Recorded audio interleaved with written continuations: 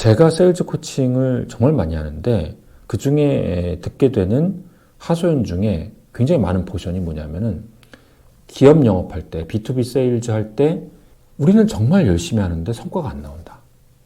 왜 그런지 모르겠다. 안 나오는 이유는 그냥 크게 단순하게 말하면 두 가지거든요. 첫 번째는 그냥 단순하게 니즈가 없어서. 두 번째는 방법이 잘못돼서입니다. 니즈는 있는데 아웃바운드 세일즈 방법을 잘못 이해하거나 잘 몰라서.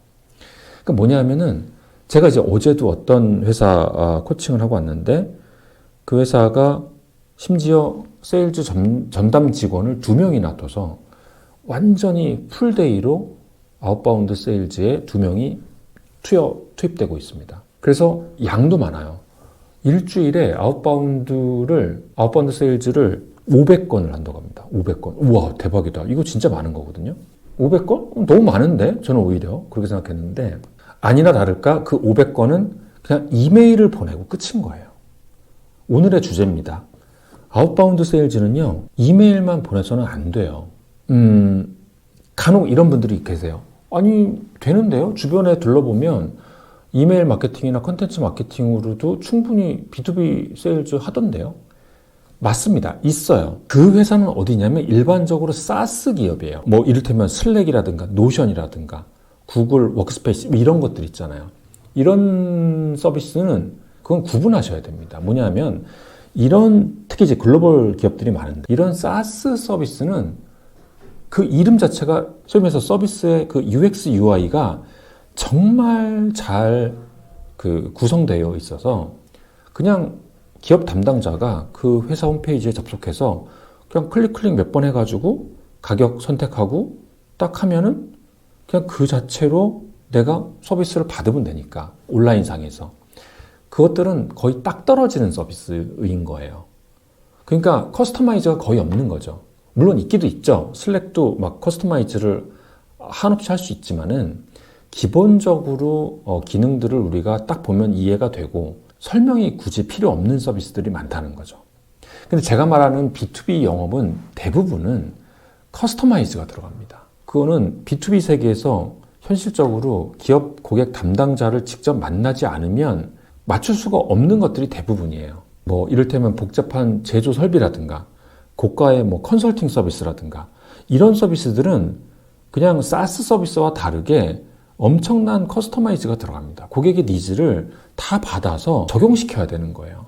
그러니까 A라는 고객, B라는 고객, C라는 고객 니즈가 다 다르고 고객들이 처한 상황이 다 다르기 때문에 그것이 곧 B2B 세일즈죠. B2B 세일즈라고 하는 것은 고객의 다양한 니즈를 그냥 커머디티, 그냥 만들어진 제품을 파는 게 아니라 모든 거를 다 커스터마이즈 한다는 개념이 곧 B2B 세일즈인 거예요.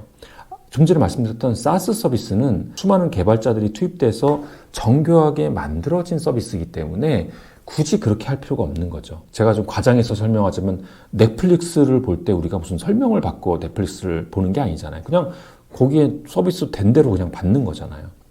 그거는 예외로 해야 되는 거고 일반적으로 우리가 고객의 니즈를 파악해서 B2B 세일즈라는 경우에는 무조건 만나야 되는 거예요. 이거를 보통 이제 경험이 없으신 분들은 유장준 코치님 너무 올드하고 진부하다. 지금은 시대가 어느 시대인데 고객을 만나서 영업하라고 그렇게 코칭을 하십니까? 라고 말씀하시는데 간혹 그런 분들이 계세요. 근데 그거는 아마 변치 않을 겁니다. 그거를 여러분들이 가능하게 하려면 그러니까 내가 방문 영업도 안 하고 뭐 전화도 안 하고 그냥 이메일이라든가 그냥 홈페이지로 그냥 승부를 걸겠다. 만약에 그러시면 슬랙이라든가 뭐 노션처럼 완벽하게 서비스를 다 구축을 해 놓으셔야 되는 거예요. 심지어는 슬랙이나 노션도 다 미팅을 통해서 커스터마이즈도 하거든요. 그러면 어떻게 해야 되느냐? 그럼 이메일을 보내지 말라는 거냐? 아니죠. 이메일 보내야죠. 그런데 이메일만 보내면 안 되고 저는 항상 3 콤비네이션을 얘기합니다. 첫 번째 이메일 보낸 다음에 전화 걸고 그 다음에 방문을 약속을 잡아야 됩니다. 그래서 무조건 만나서 세일즈를 해야 됩니다. 물론 예외적인 것도 있겠죠. 근데 대부분은 그렇게 해야 됩니다. 그래서 서칭을 해서 이메일과 전화번호, 컨택 포인트를 일단 발굴한 다음에 리스트업을 쫙 해놓고 CRM을 쓰시면 CRM에 업로드를 먼저 해놓고 그 다음에 아니면 CRM 안 쓰면 엑셀 파일에다가 쫙 적어놓은 다음에 순차적으로 이메일을 보냅니다. 그리고 나서 하루쯤 후에, 뭐 당일날 해도 괜찮고요. 하루쯤 후에 전화를 드려서 약속을 잡습니다. 전화는 길게 하는 게 아니에요. 1분이면 충분합니다. 일단 약속 잡는데 집중해야 되고요. 그러니까 약속을 잡을 때 너무 구구절절 얘기하는 것보다는 일단은 잠깐 찾아뵙고 말씀드리겠다는 식으로 부담감을 낮춰야 됩니다. 이럴 때 굉장히 목소리 톤이라든가 매너라든가 자세 이런 게 굉장히 중요하겠죠. 그리고 나서 미팅을 통해서 일단 미팅까지 가면 세일즈 확률이 정말 높아지거든요. 이제 그 다음부터는 여러분들이 세일즈, 우리가 보통 아는 뭐 세일즈 설득이라든가 뭐 커뮤니케이션, 발표, 뭐 여러 제안서 이런 것들은 뭐 다 잘하시니까 그 다음부터는 문제가 안 돼요. 뭐 다 잘하는 것처럼. 그러니까 B2B 세일즈는 좀 특수한 영역이에요. 그러니까 본인이 서비스 홈페이지를 정말로 정밀하게 아까 말씀드린 것처럼 정밀하게 UI, UX를 완벽하게 해놓지 않고서는 대부분은 방문 영업으로 이루어지는데, 그렇다면 이제 여러분들 또 의문이 하나 있겠죠. 나는 사람 만나서 이렇게 얘기하는 거 너무 싫고 나는 말주변도 없고 그럼 나보러 어쩌란 말이냐. 이제 그게 문제죠. 그래서 세일즈는, B2B 세일즈는 사교 테마가 본인의 강점이 아니더라도 본인의 방법에 맞게 하는 방법들이 있습니다. 뭐 이를테면 세미나를 여는 방법도 있겠죠.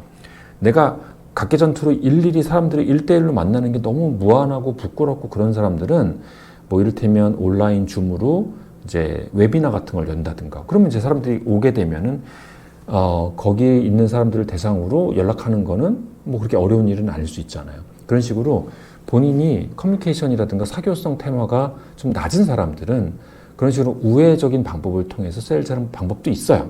그 방법은 제가 또 다른 영상에서 알려드릴 텐데, B2B 세일즈라는 것은 어느 정도 재능, 강점 이런 것들이 적어도 사람을 만나는 게 좀 부담스럽지 않고 그런 것들을 좀 즐기고 하는 사람들이 사실 잘할 수 있는 건 사실이에요.